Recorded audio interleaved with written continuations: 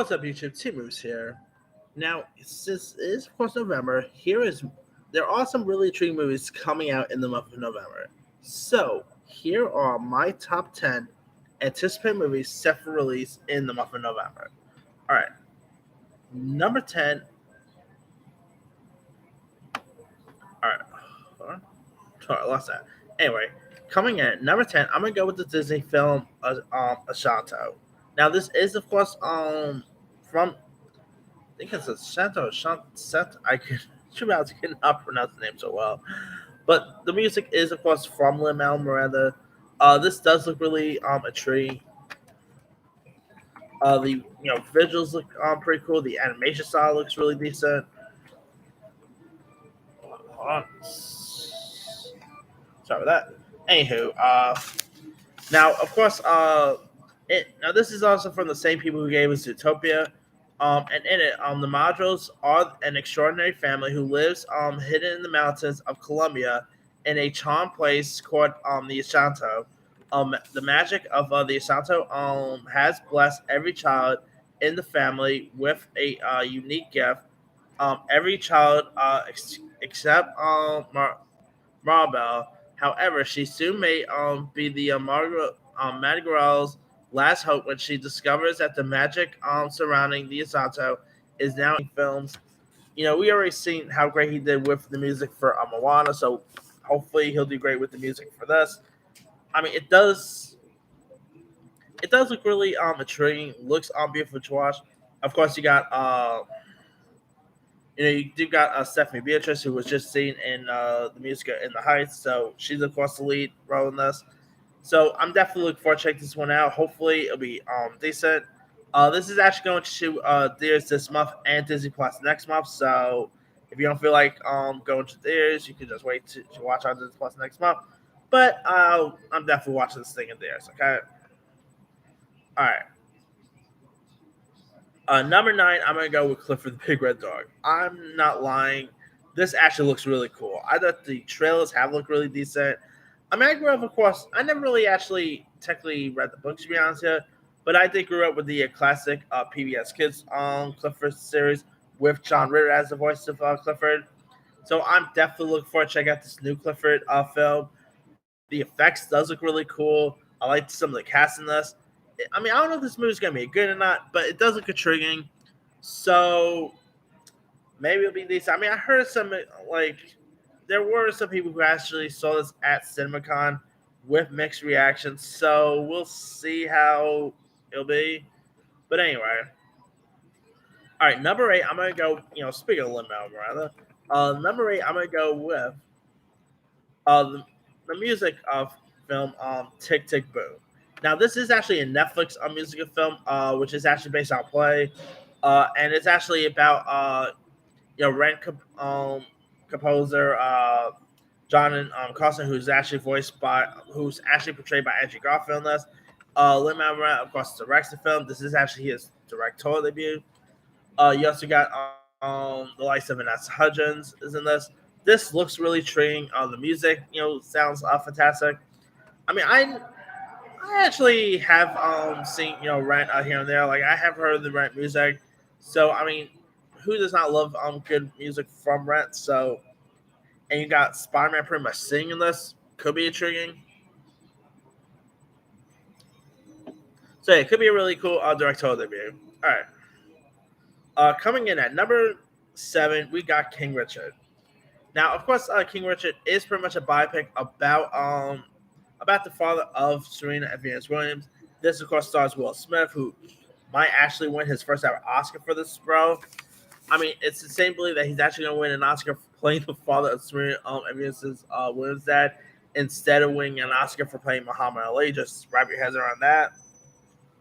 But this does look really cool. I mean, Will Smith, whenever he's not, fighting aliens, whenever he's not becoming a bad boy or anything like that, this guy could do dramatic roles perfectly. We've seen that with Pursuit of Happiness. We've seen that with Ali. This guy's a really terrific actor, like outside of his action role. So hopefully this could be really cool because it does look really intriguing, looks heartfelt. So I mean, I love a good inspirational story. So hopefully it'll be decent. All right. Number six, I'm gonna go with the action movie Red Notice. Now, Red Notice, of course, has a really action-packed cast that includes Dwayne Johnson, Ryan Reynolds, and Gal Gadot. This is directed by Ross Marshall Durber, who last time he directed a movie with Dwayne Johnson was, of course, Skyscraper. He also did Central Intelligence, Dodgeball. So yeah, this definitely has my interest. I mean, come on, you literally got Black Adam, Deadpool, and Wonder Woman all in one movie together. I'm actually gonna be watching this one in theaters rather than Netflix because it looks like a movie that's meant for the big screen. So hopefully, it'll be worth it. Anyway, number five, I'm gonna go with Ghostbusters Afterlife. Now this looks really cool. I've actually quite like the original Ghostbusters. Ghostbusters 2 is cool. I'm one of the rare folks who did not mind the female version. I know that's gonna turn a lot of heads. I know the female version was not so bad. But this is like a very new turn of direction. For one is directed by Jason Reitman, who is the son of original Ghostbusters director Ivan Reitman. You also got Finn Wolfhard in this. You even got Carrie Coon, Paul Rudd is also in this. Top off, you got some of the original OG Ghostbusters returning. Dan Aykroyd is supposed to be in this. Bill Murray. So I'm definitely intrigued because that alone. This is supposed to be a good tribute to Harold Ramis as well because the characters involved in this is actually Harold Ramis. Is actually Egon's grandkids and with the Eternals. Now, people are probably gonna be like, "Wait, this is a Marvel film. That's literally that like low, not number one." I'm at my top three. I'm actually more excited more than the Eternals, to be honest here. But I mean, this does still look really cool. I mean, you got Angelina Jolie. After seeing what Chloe Zhao did with No Man Land, makes me intrigued what she's gonna do with something like this. I like some of the visuals. The cast looks intriguing. So definitely really hyped to check this one out. Hopefully it'll be decent and not the first Marvel film I end up paying because the reviews have not been so kind with us. So I mean, hey, there have been people who was not a fan of Iron Man 2, and I thought that was pretty cool. So hey, what are you gonna do? All right. Number three is Belfast, which is probably going to win the Oscar for Best Picture. Now, now this is of course directed by Kenneth Branagh, and it's definitely a very right direction of his last movie, Artemis Fowl, which was Technical Foul. Now, in Belfast, it is pretty much a biographical film which chronicles the life of a working class family and their son's childhood during the turnout of the late 1960s in the Northern Ireland capital. You got Jamie Dornans in this, Judy Dench, Jude Hill. The writing in this looks really intriguing. This, of course, won the People's Choice Award at TIFF. So, yeah, I'm definitely really hyped to check this one out. Hopefully, it'll be cool. I mean, it is in black and white. Kenneth Branagh has always been a intriguing director, so hopefully this could be really cool. All right. Number two, I'm going to go with Licorice Pizza. Now, this is, of course, now this is actually directed by Paul Thomas Anderson. Almost said Paul W. S. Anderson. Two different Paul Andersons there. And this pretty much and this pretty much around about like around about these two young kids who actually young teens I should say who fall in love in California, San Fernando Valley in the 1970s. You got Bradley Cooper's in this. Cooper Hoffman, who's of course the son of late great Philip Seymour Hoffman, is also in this. You even got Sean Penn, Elena Himes also in this. The trailer has looked intriguing. Hopefully this is better than Anderson's last movie, Phantom Dread, which I wish Down Day Lewis did another movie to make his last, but whatever. Anyway, this does look like to be really interesting. I like the cast involved. I mean, I do love part of Thomas Anderson's work. He is like from Boogie Nights to Punch Drunk Love. He has always been really fascinating with his work. So hopefully this could be really intriguing in his next hit. Who knows? Maybe his first ever Oscar. That's always a possibility. All right.